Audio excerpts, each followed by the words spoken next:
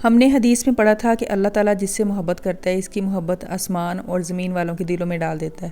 یہ محبت بے غرض ہوتی ہے، جو کسی سے معاوضہ طلب نہیں کرتی، کسی سے تعریف طلب نہیں کرتی، یہ صرف اللہ کی رضا کے لیے ہوتی ہے۔ اس بات کا واضح ثبوت آپ قرآن اور اہل علم کی محفلوں میں دیکھیں گے، جیسا کہ آپ کو پتہ ہے کہ ڈاکٹر ذاکر نائک صاحب پاکستان کے سرکاری دورے پہ آئے ہوئے ہیں اور آپ نے ان کے لیکچر بھی بہت زیادہ سنے ہوں گے۔ ماشاءاللہ الحمدللہ ان کی مسز ڈاکٹر فرحت نائک بھی پاکستان کے دورے پہ آئی ہوئی ہیں، اور انہوں نے کل خواتین کے اجتماع سے خطاب کیا تھا، کیونکہ وہ پردے کی اتنی سخت پابند ہے ماشاءاللہ سے کہ وہ پردے میں بھی اپنی تصویر کسی کو لینے کی اجازت تو نہیں دیتی، یہ بات تو سمجھ میں آتی ہے، لیکن وہ اپنی آواز بھی کسی کو ریکارڈ کرنے کی اجازت نہیں دیتی۔ ان کی خواہش کو مد نظر رکھتے ہوئے ہم لوگ ان کی آڈیو بھی نہیں چلا سکتے، لیکن انہوں نے جو بھی باتیں کی اس محفل میں وہ میں 1 بائی 1 آپ کے ساتھ شیئر کروں گی۔ کل دعاؤں کی قبولیت پر بہت یقین آیا۔ جب سفر کا آغاز کیا تو بھی بے یقینی کی سی کیفیت تھی کہ اللہ آپ نے دل کی بات کو کیسے محبت سے سن کر قبول کر لیا اور ایسے سبب پیدا کر دیے کہ ہم اس خاص محفل کا حصہ بننے جا رہے ہیں۔ پھر حال میں جانا، دل میں یہ حسرت رکھنا کہ اللہ ہمیں موقع دے رہا ہے کہ ہم ایسی باوقار شخصیت کو ایک ساتھ سٹیج کی زینت بنتے دیکھیں گے۔ یہاں پہ میں آپ کو بتاتی چلوں کہ استاذہ نگہت ہاشمی کی طرف سے اس محفل کا انعقاد کیا گیا تھا، اور الحمدللہ ابھی دل میں یہ خیال آیا ہی تھا کہ دوسرے ہال سے ہمیں اناؤنسمنٹ سننے کو ملی کہ ہماری مہمان اس سال میں بھی تشریف لائیں گی، اور واللہ وہ وقت تھا کہ فوراً گمان آیا کہ اللہ تعالیٰ اتنی محبت، ابھی تو دعا کی تھی اور ابھی آپ نے دل میں یہ بات ڈال دی۔ ہم ایک حدیث بہت بار پڑھتے ہیں، سنتے ہیں اور پڑھ کر سناتے بھی ہیں کہ اللہ تعالیٰ کے فرشتے ایسی محافل کا گھیراؤ کر کے ہماری دعاؤں کی قبولیت کے لیے اللہ تعالیٰ سے دعا کرتے ہیں۔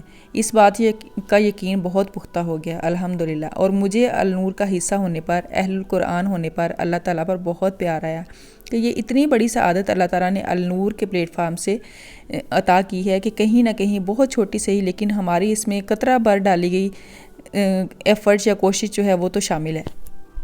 معروف اسلامک اسکالر ڈاکٹر فرحت نائک کا پاکستان کے دورے کے موقع پر النور انٹرنیشنل کی جانب سے پرتپاک استقبال کیا گیا۔ یہ عظیم الشان تقریب بحریہ ٹاؤن لاہور کے ہیور مارکی میں منعقد ہوئی، جس کی میزبانی استاذہ نگہت ہاشمی اور فائزہ خان نے کی۔ تقریب میں تقریباً 5000 سے 6000 سے زائد خواتین نے شرکت کی، جبکہ اس سے بھی زیادہ تعداد میں خواتین باہر موجود تھیں۔ ڈاکٹر فرحت نائک کا کہنا تھا کہ میں ڈاکٹر نگہت ہاشمی اور اس ادارے کا دل سے شکریہ ادا کرتی ہوں کہ انہوں نے یہاں مجھے مدعو کیا، اور یہ واقعی سب کچھ اللہ کی محبت کی وجہ سے ہوا، اور یہ میرے دل کو بہت چھو گیا۔ جب میں یہاں آ رہی تھی اور آپ سب کا جذبہ دیکھا تو مجھے اسلامی ریسرچ فاؤنڈیشن کے دن یاد آ گئے۔ ایسا محسوس ہو رہا تھا جیسے میں پونا اور ممبئی میں ہوں۔ ڈاکٹر فرحت نائک نے اپنے خطاب کا آغاز پاکستان سے اپنے ذاتی تعلق کا ذکر کرتے ہوئے کیا۔ انہوں نے بتایا کہ 1985 سے ہی ان کے دل میں پاکستان آنے کی خواہش تھی، لیکن مختلف رکاوٹوں کی وجہ سے یہ ممکن نہ ہو سکا۔ انہوں نے اپنی آمد کو ایک روحانی تجربہ قرار دیا۔ انہوں نے کہا کہ جب میں پاکستان پہنچی تو ایسے لگا جیسے میں اپنے گھر واپس آ رہی ہوں۔ انہوں نے کہا اور اپنے دل میں ملک کے لیے گہری محبت اور شکر گزاری کا اظہار کیا۔ ان کے اس جذباتی خطاب نے پورے مجمع کو اپنی گرفت میں لے لیا۔ ان کا لیکچر خواتین اور اسلام کے موضوع پر تھا، جس میں انہوں نے مسلم خواتین کی معاشرتی کردار، خاندان، ان کے مقام اور بچوں کی اسلامی اقدار کے ساتھ تربیت کے اہم نکات پر روشنی ڈالی۔ انہوں نے کہا کہ زندگی کا اصل مقصد اللہ کی رضا کو حاصل کرنا ہے۔ ایمان کی اعلیٰ ترین سطح یہ ہے کہ آپ ہر حالت میں اللہ کی رضا کو اپنی اولین ترجیح بنائیں۔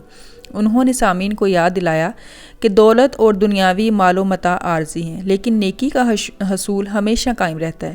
انہوں نے والدین کو ترغیب دی کہ وہ خود اسلامی تعلیمات پر عمل کریں تاکہ بچوں کو دین کی طرف راغب کر سکیں۔ اگر والدین خود اسلامی تعلیمات پر عمل پیرا ہوں گے تو ہی وہ اپنے بچوں کو دین کی طرف راغب کریں گے۔ انہوں نے مزید زور دیا کہ بچوں کو دنیاوی تعلیم کے ساتھ ساتھ اسلامی تعلیم بھی دی جانی چاہیے تاکہ وہ دنیا اور آخرت دونوں میں کامیاب ہوں۔ بچوں کو ایسی تربیت دیں کہ وہ دنیاوی علم کے ساتھ ساتھ دینی علم بھی حاصل کریں تاکہ وہ دونوں جہانوں میں سرخرو ہو سکیں۔ ایک ایسے معاشرے میں جہاں خواتین کو رول ماڈل کی تلاش ہوتی ہے، ڈاکٹر فرحت نے اسلامی تاریخ سے طاقتور مثالیں پیش کی۔ انہوں نے 4 خواتین کا ذکر کیا جنہیں نبی کریم صلی اللہ علیہ وآلہ وسلم نے ایمان کی تکمیل کا مقام حاصل کرنے والی خواتین قرار دیا۔ سیدہ خدیجہ رضی اللہ تعالیٰ عنہ، سیدہ فاطمہ رضی اللہ تعالیٰ عنہ، سیدہ مریم علیہ السلام اور سیدہ آسیہ علیہ السلام۔ ڈاکٹر فرحت نے کہا، یہ خواتین قوت، تقوی اور پختہ ایمان کی مثالیں ہیں، ان میں سے آپ کس کو اپنا نمونہ بنائیں گے؟ ڈاکٹر فرحت نے خاص طور پر سیدہ خدیجہ رضی اللہ تعالیٰ عنہ کا ذکر کیا، جو نبی کریم صلی اللہ علیہ وآلہ وسلم کی پہلی زوجہ تھی۔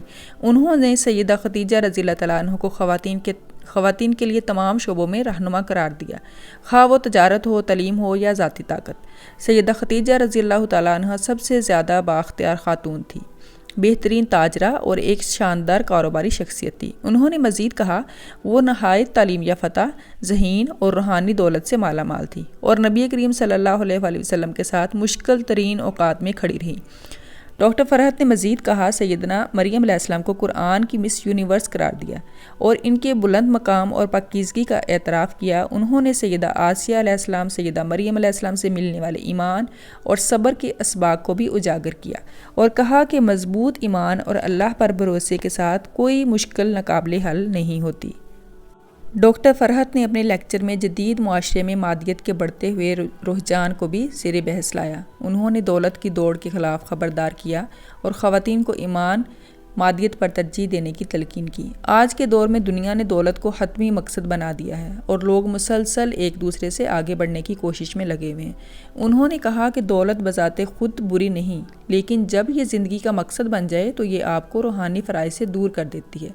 ڈیجیٹل دور میں والدین کی ذمہ داریاں اور سوشل میڈیا کے نقصانات کے بارے میں انہوں نے فرمایا کہ سوشل میڈیا کے کردار کو بھی زیر بحث لائیں اور والدین اور ان کے بچوں کو آن لائن سرگرمیوں پر نظر رکھنے کی اہمیت پر زور دیا۔